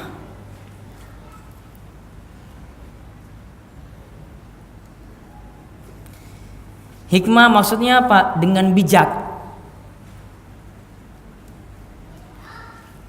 Dan sikap bijak yang dimaksud tidak selamanya lemah lembut. Kadang kita lemah lembut, tarafnya lemah lembut, tingkatannya lemah lembut, kadang bisa lebih tinggi lagi, bisa bersikap lebih keras, kadang bisa dengan berdebat. Namun semuanya itu ada kedudukannya masing-masing. Makanya Allah Subhanahu wa taala katakan, "Ud'u ila sabili rabbika bil hikmati wal mau'izatil hasanah wajadilhum billati hiya ahsan."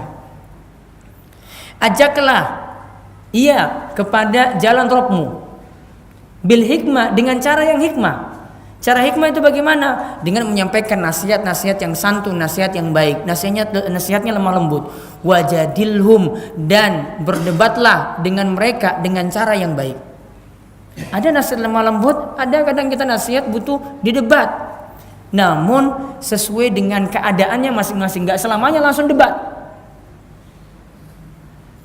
Kalau kita butuh adu argumen, ya silakan adu argumen. Saya pendapatnya seperti ini, kamu pendapatnya seperti ini. Kita lihat mana yang lebih merujuk pada dalil. Boleh. Namun ingat, perlu bijak di sini dalam berdakwah. Saya contohkan langsung beberapa bentuk bijak dalam berdakwah, dan ini kata Muawiyah, la hakima ila dzu tajribah. Tidak ada rasa hikmah di saat-saat kita itu bergaul dengan orang lain, mendakwai orang lain, kecuali butuh latihan. Jadi hikmah ini bisa ada kalau banyak-banyak latihan. Lemah lembut, santun, bagaimana bersikap awalnya, itu semuanya butuh tajribah, butuh dilatih.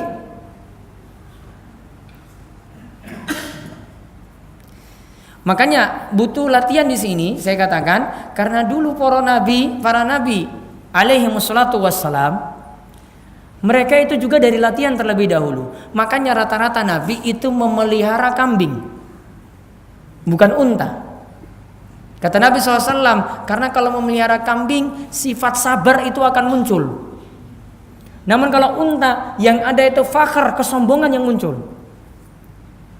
Ya memang keadaannya seperti itu. Karena mungkin unta itu hartanya sangat-sangat istimewa, dia pelihara. Dia merasa, saya itu lebih daripada yang lain. Namun kalau kambing, hewannya biasa-biasa saja, mengajarkan dia untuk lebih bersikap sabar, santun. Makanya pengaruh hewan pada orang yang memelihara itu ada. Sama juga kalau muslim itu sampai memelihara anjing, pengaruhnya juga ada.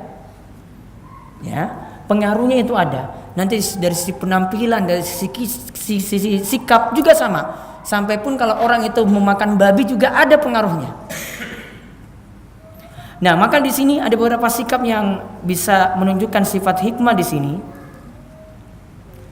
Yang pertama, beri nasihat itu melihat waktu.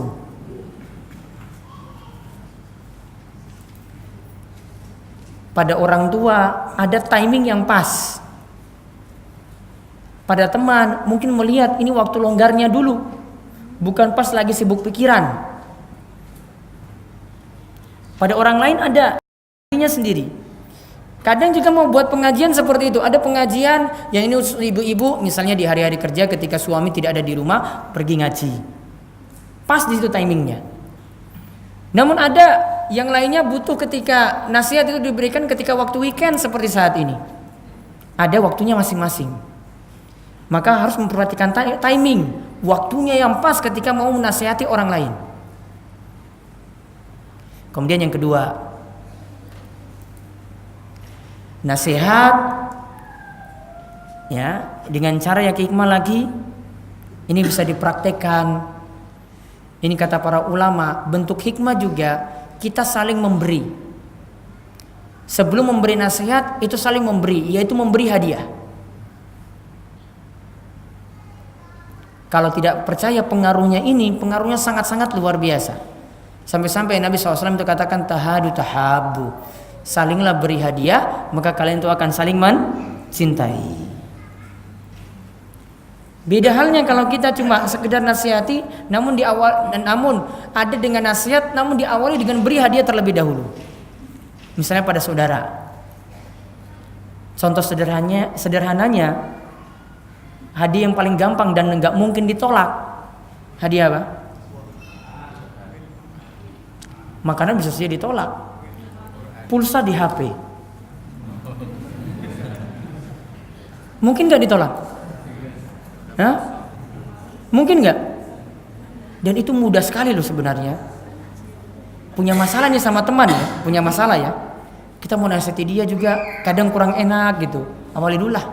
Saya bawa sesuatu ke dia, hadiah apa gitu. Atau minimal tadi, pulsa sudah masuk apa belum? Saya tadi baru kirim itu tadi lewat internet. Sudah masuk, alhamdulillah itu hadiah dari saya. Nah, baru nanti masuk, nanti ada yang mau disarankan gitu. Enak gitu.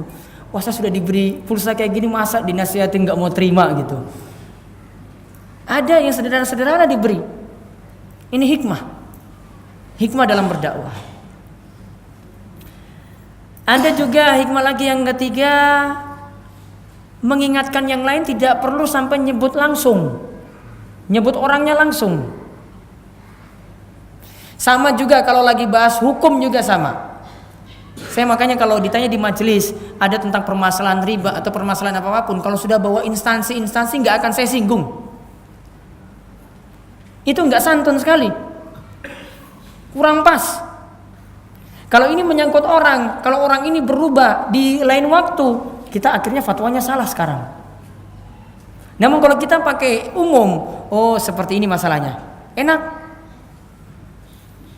Ternyata orang ini sudah berubah, fatwanya, penyampaiannya, jawabannya tetap berlaku terus. Menyinggung masalah-masalah saat ini juga demikian. Jadi kalau ada yang tanya tentang instansi ini, saya nggak mau bahas tentang instansi. Tolong jangan disebut instansi-instansi di sini. Bahas saja masalahnya, hukumnya seperti ini, kasus saja langsung. Nggak usah bawa-bawa instansi. Oh saya kerja di sini, nggak usah sebut kerjanya di mana. Sebutkan saja masalahnya apa. Insya Allah bisa dijawab. Kecuali kalau nggak mau empat mata gitu. Oh kayak gini masalahnya. Namun kalau di majelis seperti ini, baiknya nggak nyebut langsung. Tentang orang, tentang instansi, tentang suatu masalah langsung. Ada yang punya bisnis ini disebutkan langsung, bisa konflik, bisa masalah. Dan kadang dengan nasihat seperti ini kurang bisa diterima. Ya, kurang bisa diterima. Kemudian lagi, sudah keberapa hikmah itu? 3. Sekarang yang keempat. Sekarang yang ketiga apa keempat? Keempat. Menghindari penampilan eksklusif. Ini bentuk hikmah loh ini.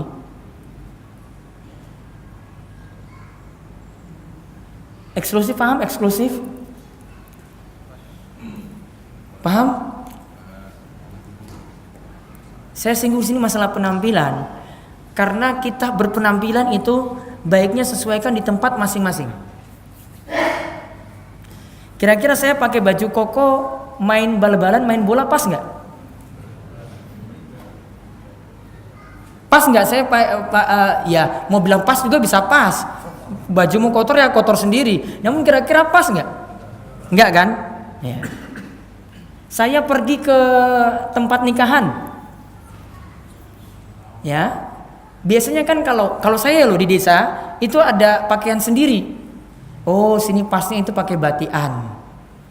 Pakai baju batik. Oh, pas dengan yang lain. Saya nggak mungkin datang pakai jubah besar seperti imam masjid. Bang kan? Nah, ada posisi masing-masing. Saya mau pergi ke pasar, pergi ke mall lah, mau belanja ada yang penting. Saya datang situ pakai jubah. Laki-laki maksud saya singgungnya. Jubah laki-laki yang besar panjang seperti itu. Orang-orang ketika itu lihat saya bagaimana? Eksklusif nggak?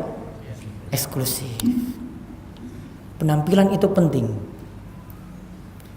Kita sudah berpenampilan ini, punya jenggot ini. Ini saya jenggotnya masih tipis loh, ini masih jarang-jarang. Ini belum yang lain. Ditambah lagi penampilan antum mengerikan lagi. Waduh, ini sangar sekali jubah seperti ini. Saya sendiri, kalau saya ini orang desa, ya, saya ini orang desa, lihat kayak gitu, wah sudah antipati nih. Waduh, ini kayaknya, waduh majelisnya kayak begini. Paling cuma untuk kelompok ini saja, yang penampilannya sama seperti ini. Saya nggak mau datang lagi lah besok. Wong saya beda sendiri. Namun coba kalau pakaiannya membaur kayak begini, ini kira-kira membaur nggak pakaiannya? Hah? Membaur nggak? Gak usah lihat model bajunya. Ya, membaur nggak? Kira-kira kalau mau ngomong dengan saya dianggap sama nggak? Sama kan? Nah itu maksud saya. Orang ngomong juga enak. Nggak usah nganggap saya itu seperti wah daripada yang lainnya. Dan saya memang ketika kajian mau dimanapun pakaian saya seperti ini. Bedanya cuma saya pakai peci saja. Dan peci saya peci nasional. Mau protes juga. Kalau ada yang protes saya bawakan dalil juga nanti. Kan gak ada aturan kan? Ada aturan pakai peci harus putih, bulat gitu. Ada. Wah ini saya butuh kejar lagi kalau bilang ada dalilnya itu. Ya, kalau mau taruhan dalil. Kan gak seperti itu. Yang penting kan rapi, santun. Dan saya butuh pakai seperti ini karena masyarakat saya seperti ini. Saya gak mungkin beda daripada yang lain. Suatu saat saya pernah pulang dari Saudi. Kebiasaan saya di sana pelajar itu pakai jubah putih. Saya yang pakai aja lah ke masjid, saya imami sholat. Wah besoknya di masyarakat itu jadi obrolan. Wah Pak Ustadz itu pakai baju gamisnya ibu-ibu. Wah saya langsung copot ini. Sudahlah besok daripada dikomentari terus ini belum bisa omongin kemarin nih. Sudahlah saya tinggalkan dulu pakaian semacam itu. Akhirnya kayak gini. Sarungan iya. Saya lebih senang sarungan daripada senang jubahan. Ini prinsip saya seperti itu. Saya nggak nyalakan ustadz lain loh, nggak. Namun ini karena pengaruh di masyarakat saya. Kalau di Jakarta kan sudah biasa, di tempat saya belum. Saya nggak mungkin paksakan juga. Sudahlah saya bergaul dengan mereka. Karena kalau saya pakai seperti itu nanti mereka seolah-olah, wah saya juga harus punya seperti itu. Akhirnya nggak eksklusif. Saya nggak salahkan pakaian di sini. Ini maksudnya di tempat saya menyesuaikan dalam berpakaian. Kemudian hikmah lagi. Sudah keberapa? Yang kelima. Kalau kita mau dakwahi orang lain, baiknya kita mancing tapi tidak membuat keruh. Kita narik namun tidak membuat keruh. Ada yang hafal bahasa Jawanya sini? Hah? Pak Sinten? Ini Pak. Apa bahasa Jawa nih? Kena iwae ora butek banyune. Iwaknya itu dapat, ikannya dapat, namun airnya itu enggak keruh. Paham ini istilahnya? Paham? Jadi dakwah ini pakai filosofi Jawa seperti ini. Ibu-ibu perhatikan ini dulu. Walaupun ini nanti enggak pas dengan bahasa ibu-ibu, namun ini filosofi Jawa yang sangat bagus sekali. Ikannya itu kita mau dapat, namun jangan sampai buat air itu keruh. Bisa nggak? Kalau kita mau berpikir gampang, ikannya sudah lihat di sini, wah ini airnya jernih juga. Saya langsung nyeburkan diri saja, saya ambil tangkap ikannya. Apa yang terjadi? yang jelas yang lainnya kabur juga. Iya kan? Yang jelas yang lainnya kabur juga. Maka dakwahi orang hikmah itu seperti itu. Pintar mancing berarti, pelan-pelan. Makanya orang-orang itu kan, sebenarnya saya mau tanya yang suka mancing, apa senangnya dengan mancing? Ikan ada di pasar kan? Iya kan? Sama nggak hasilnya? Sama. Bapak kenapa senang mancing coba? Prosesnya tadi kan, saya tarik pelan-pelan, pas ikannya goyang-goyang itu tariknya itu wah senang sekali. Kalau saya bilang saya nilai bahwa bapak kurang kerjaan. Ya, saya nilai itu kurang kerjaan. Ya namun ada pelajaran di sini yang bisa diambil. Mancingnya pelan-pelan. Yang penting saya dapat ikannya, airnya itu tidak keruh. Dakwahi orang itu seperti itu. Gak mesti, ini yang tadi masalah-masalah tadi, tahapan yang paling bagus kayak gini. Gak mesti mau nasihati sesuatu itu langsung. Ustadz, ini gimana nih hukum selamatan kematian? Saya nggak mau jawab. Kalau saya tahu masyarakat di sini semuanya belum terima, saya malah negur yang nanya tadi. Pak, pertanyaannya besok, baru saya jawab. Saya nggak mau. Apa yang terjadi tadi? Kalau saya jawab, keruh nggak? Keruh nggak suasana? Keruh. Timingnya ada, kapan-kapan. Dan cara penyampaiannya bukan tanya langsung seperti ini. Saya sampaikan nanti ada caranya sendiri. Ya, orang butek banyune loh. Jadi airnya tetap tenang saja, nggak keruh seperti itu. Paham ini ya? Nah, tolong dakwahi orang itu pakai cara seperti ini, filosofi Jawa ini. Ya, orang Jawa ini paling paham ya, filosofi seperti ini. Dan bapak ibu-ibu yang asli Jawa itu pahami filosofi Jawa baik-baik, banyak yang bagus-bagus. Saya sampai khutbah Jumat tuh saya sering sampaikan filosofi Jawa terus. Nerimo ing pandu. Filosofi Jawa enggak itu? Itu artinya dalam bahasa Arab apa? Qanaah. Itu prinsipnya sendiri ada loh, diajarkan itu. Ceritanya ada, kapan-kapan lah kita bahas sendiri kajian filosofi Jawa nanti. Ya. Saya sampai khutbah Id, khutbah Jumat, saya pakai filosofi seperti itu aja. Karena lebih mudah diterima nanti. Oh, seperti ini. Mereka sendiri nggak pahami. Islam dukung seperti itu filosofinya. Terus yang ke berapa ini sekarang? 15. Setelah hikmah lagi.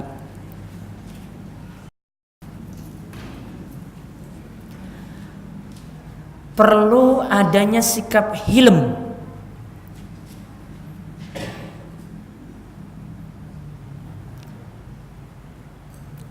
Hilm itu artinya kalau secara bahasa ya santun lemah lembut, tapi yang dimaksudkan di sini adalah jaga amarah, ditahan amarah tersebut. Pandai menahan amarah. Ini modal penting ketika dakwah. Karena ada yang membuat kita sering jengkel terus ketika nasihat itu disampaikan. Dan para ulama katakan hikmah dalam berdakwah, hikmah tadi yang kita sebutkan di poin yang ke-14 tadi ya. Hikmah dalam berdakwah itu punya 3 rukun. Yaitu yang pertama, dakwah dengan ilmu. Yang kedua, dakwahnya itu dengan hilm. Yang ketiga, dakwahnya itu dengan yang ketiga, anah, tidak tergesa-gesa. Selamat datang Ustaz Salim, insyaallah ibarik. Dengan ilmu, dengan hilm, dengan anah. Anah itu artinya tidak tergesa-gesa. Berarti ditambahkan yang ke-16. Memiliki sifat anah ketika berdakwah. Jangan cepat-cepat pingin jadi. Butuh sabar. Hilm dimiliki, anah dimiliki, maka nanti bisa selamat. Mudah sekali dakwah itu diterima.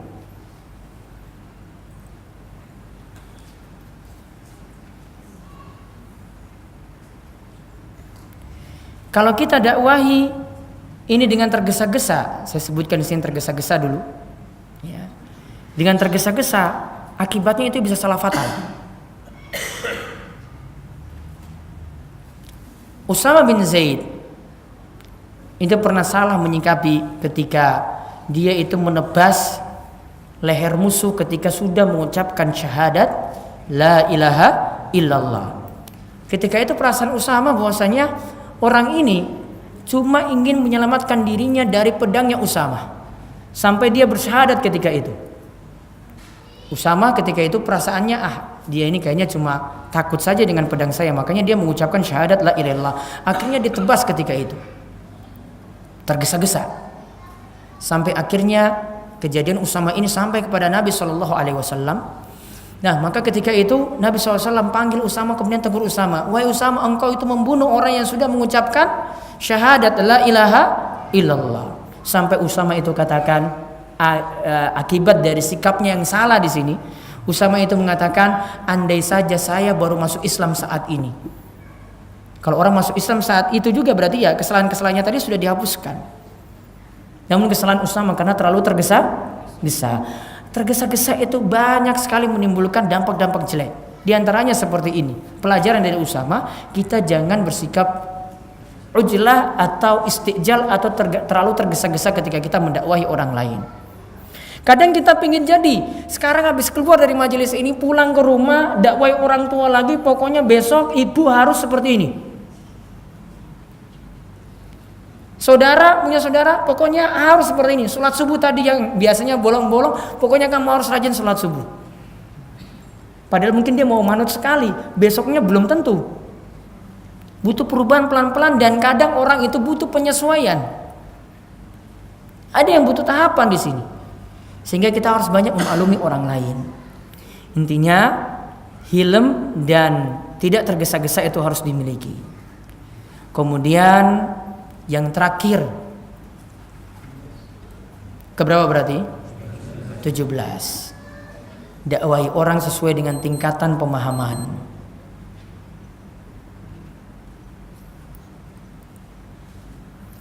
Kata Ali radhiyallahu anhu, hadisun nasa bima ya'rifun. Bicaralah dengan manusia sesuai dengan tingkatan pemahaman mereka. Artinya kadang kita mesti menyesuaikan dengan orang tua, cara penyampaiannya bagaimana yang baik. Dengan saudara ada yang berpendidikan, ada yang tidak berpendidikan. Tentu cara penyampaiannya juga berbeda-beda. Dengan teman kantor nanti penyampaiannya berbeda juga. Dalam majelis seperti ini kadang menyampaikan kepada orang desa dengan orang kota seperti ini berbeda. Di sini dari awal tadi guyonnya cuma sedikit loh di sini. Kalau desa itu saya bisa guyon dari awal sampai akhir. Karena memang kiai-kiai kampung seperti itu. Kalau enggak, ya ngantuk-ngantuk terus. Yang di sana yang ngantuk, ya harus ada guyonan sedikit. Nanti serius lagi, guyon lagi, serius lagi, guyon lagi. Ada variasi memang.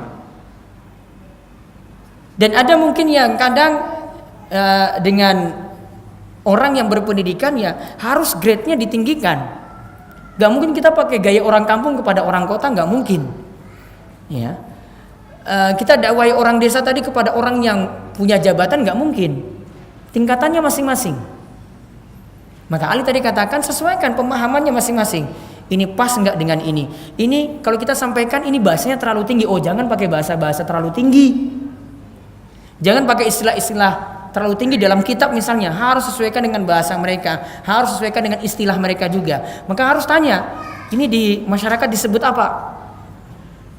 Ya. Misalnya kalau istilah ain, tahu ya ain ya? Ain. Ya. Dalam istilah bahasa Jawa beda lagi, nggak ada istilah ain. Istilahnya apa, Mbah? Sawan. Di Wonosari beda berarti. Sawan sama kan? Istilahnya beda lagi. Sawan itu kayak bagaimana? Nah, nanti masyarakat punya pengalaman-pengalaman sendiri. Ada ibu-ibu yang ini dia kadang lewat depan rumah kita, kemudian lihat anak kita sedang makan Indomie.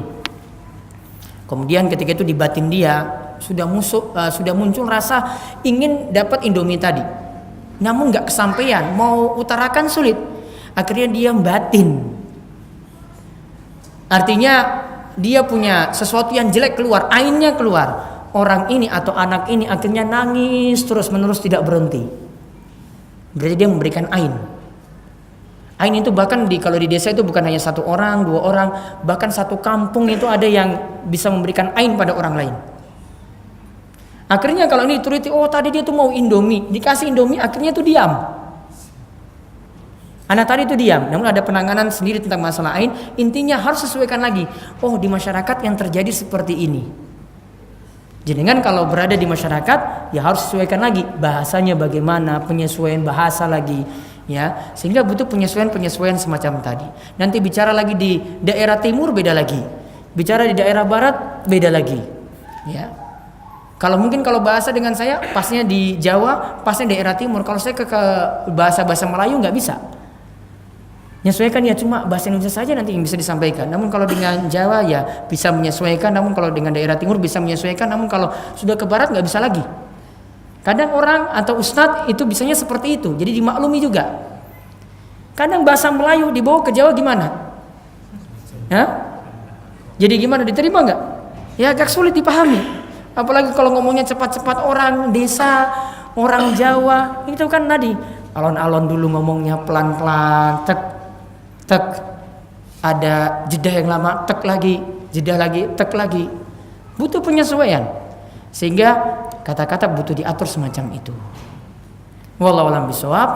Sampai di situ dulu untuk kiat-kiat dalam berdakwah. Yang saya bilang tadi 20 sudah tercakup tadi dalam sikap hikmah. Hikmah itu yang harus dimiliki ya agar bisa mendakwai orang lain itu dengan baik.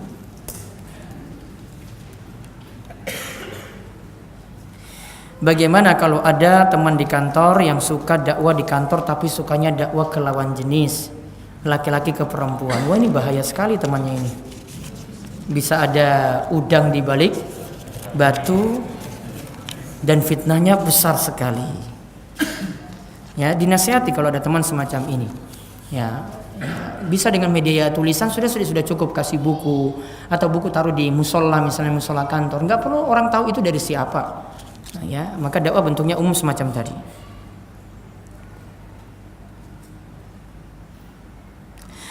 Apabila dalam acara walimahan pernikahan terdapat acara yang tidak syar'i, apakah kita tetap hadiri undangan tersebut? Apakah boleh dihadiri? Kalau ingin dihadiri, bagusnya diatur timingnya juga tidak pas dengan acara yang bertentangan. Kalau bisa diatur seperti itu, artinya kita datang nanti mungkin sebelum acara intinya masuk atau nanti sesudah, itu lebih enak. Ya, namun kalau tempat lain saya jawabannya lain lagi seperti ini. Ya, ini jawabannya lain. Kalau di sini insya Allah bisa seperti itu.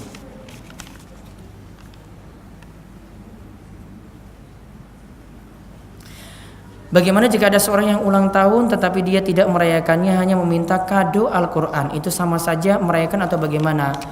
Kalau minta kado Al-Quran, kalau dalam rangka ulang tahunnya baiknya itu tidak. Wala ta'awanu 'alal ismi wal udwan, janganlah tolong-menolong dalam dosa dan permusuhan. Baiknya kalau memang dia butuh Al-Quran, berikan di waktu yang lain. Tidak timingnya dipaskan dengan hari ulang tahunnya.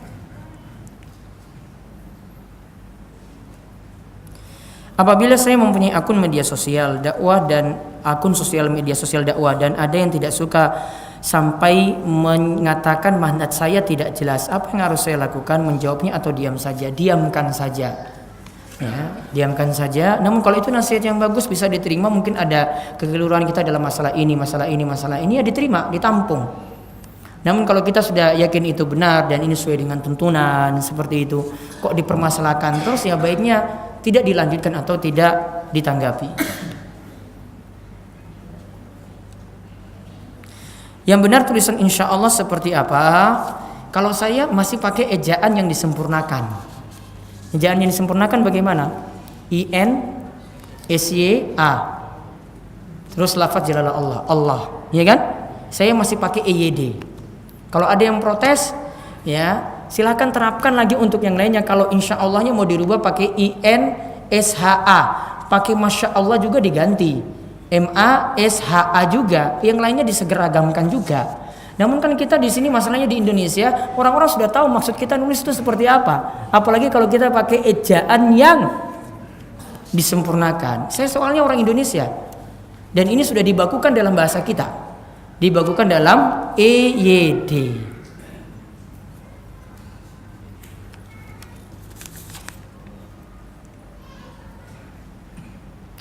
Bagaimana sikap kita jika menghadapi adik yang keras kepala, sulit diberi nasihat, baik dengan lemah lembut, apalagi dengan agak keras, seperti ia berpacaran, sudah saya nasihati baik-baik tapi ia tidak terima, orang tua juga sudah pusing menghadapi perilakunya. Banyak doakan yang pertama, kemudian banyak buat baik pada adik, tunjukkan akhlak yang mulia, nasihat tetap harus ada.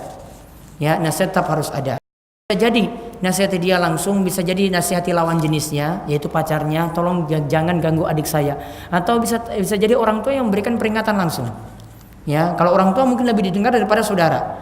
Maka bapak atau ibu yang diajak untuk nasihati adik, yang mudah-mudahan adik itu mendapatkan hidayah.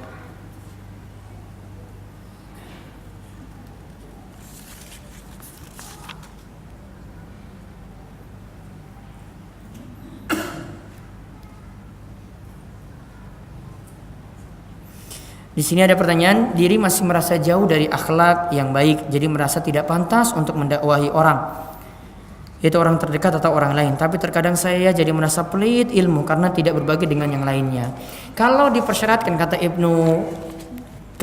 Ibnu Rajab, kalau dipersyaratkan orang itu menasihati orang lain, itu mesti sempurna, perfect, 100%. Jadi orang yang sempurna dulu, maka di muka bumi ini tidak ada yang pantas memberikan nasihat kecuali Rasul Shallallahu Alaihi Wasallam. Oleh karena itu tetap nasihat itu ada sambil kita memperbaiki diri. Ya, oleh karena itu kalau merasa tidak pantas seperti ini, ya tugas kita memperbaiki diri, akhlak yang kurang santun tadi itu diperbaiki, amalan-amalan yang kurang diperbaiki, maksiat-maksiat yang ada ditinggalkan. Baru tetap setelah itu nasihat, apalagi pada orang terdekat tetap terus ada.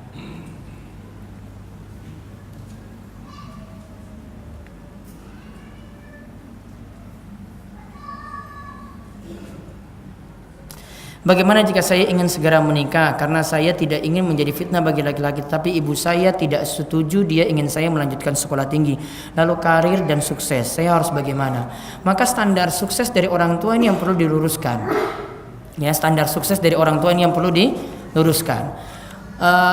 Mungkin orang tua belum ngaji, jadi belum bisa punya mindset yang sama atau cara berpikir yang sama seperti yang tanya di sini. Nah, sehingga saran saya orang tua diajak terlebih dahulu untuk kenal agama, entah lewat buku-buku, entah lewat video-video, atau entah lewat kajian-kajian yang ada di televisi-televisi Islam. Ya, didekati dulu dengan cara seperti itu, baru masuk nanti mengajarkan orang tua untuk keinginannya tadi ingin menikah dan ingin menikah dengan cara yang syar'i, dan mungkin di sini dia punya keinginan tidak mengejar karir. Ini sudah bagus sekali dan mudah-mudahan Allah segera memberikan jodoh yang terbaik.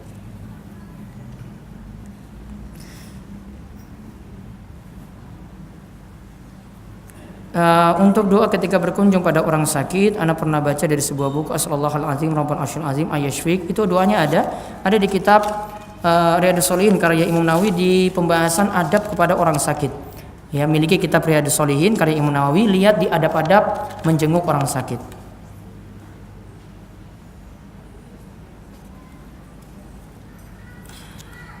Teman saya belum lama ini meninggal dunia. Keluarganya mengadakan acara peringatan dan menitipkan undangan acara ini untuk teman-teman yang lain kepada saya. Apa sebaiknya saya lakukan? Meneruskan undangannya, menasihati keluarganya, bagaimana caranya agar mereka tidak tersinggung sementara mereka sedang berduka.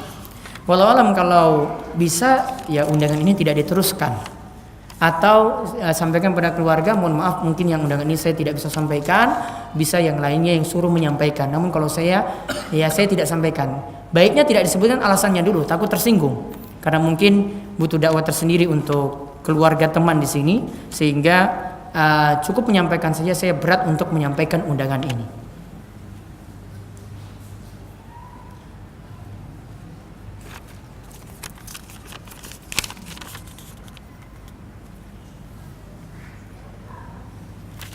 Ya, itu saja untuk pembahasan siang hari ini, mudah-mudahan bermanfaat dan insyaallah ya mudah-mudahan jadi ilmu dan bisa dipraktekkan, bermanfaat bagi semuanya. Dan 17 kiat-kiat tadi terutama pada poin hikmah dalam berdakwah mudah-mudahan bisa dipraktekkan. Itu saja, mudah-mudahan bermanfaat dan kami tutup subhanakallahumma bihamdika asyhadu an la ilaha illa anta astaghfiruka wa atubu ilaik.